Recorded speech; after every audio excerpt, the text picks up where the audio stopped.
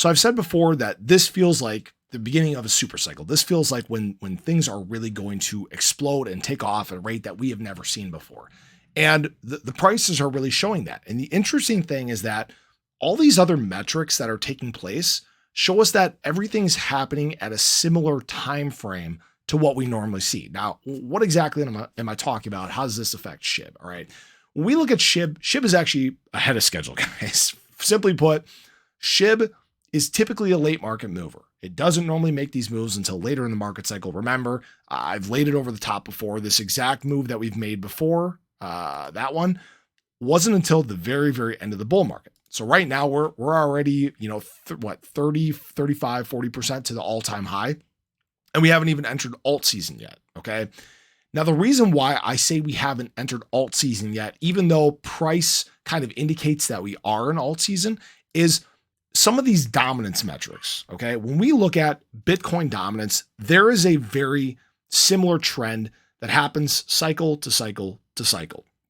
Right now, we are in about that point where BTC dominance begins to fall, right? It very much climbs throughout the bear market cycle. You can see that happened in the last bear market, climbed all the way up to the height, basically in September of 2019, kind of stayed around the same point, even into the beginning of 2020, before it really dropped before that final bounce and then really tanked, right?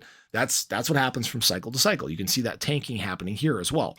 So right now we're in this point where we climbed in terms of dominance in BTC during the bear market cycle. And now if you notice, even though BTC is surging, even though it's up at a new all-time high and we're in price discovery, you can see that dominance isn't really going anywhere. In fact, it's looking a little toppy. It's starting to actually kind of flip around here. It's starting to possibly begin to work its way down. Now, what I've also referenced in the past here as well is Ethereum. Usually we go through phase 2, which is when Ethereum begins to gain dominance over BTC. It starts outperforming BTC. That typically happens at the beginning of the year of the halving. And guess what? That is happening yet again. Even at these times where BTC is getting institutional money inflow, even though it's getting heightened demand, even though retail's kind of entering early, we're still seeing Ethereum begin to outpace BTC, just like it did back at the beginning of 2020, just like it did back at the beginning of 2016. So this all indicates that we're following right on trend with what we've done in the past. Now, what does this mean for SHIB and how does this affect SHIB price? Well, remember, SHIB is an alt, okay?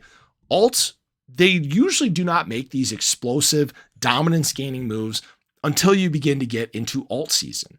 And right now, history would dictate that alt season begins post-halving. I know many people have had questions about that. Typically, about a month to 2 months after the halving is when alts begin to take off. Sometimes we have a correction around the time of the halving, still waiting to see if that's going to happen. But that's usually when altcoins like SHIB begin to take off. And seeing as that BTC dominance is doing what it always has, seeing that Ethereum is beginning to do what it always has, start to gain dominance versus BTC, that leads me to believe that alt season is going to come at its normal time. We've seen retail start to enter the space in kind of a small way. That's what helped obviously facilitate the SHIB run. It's helped the run of a lot of alts.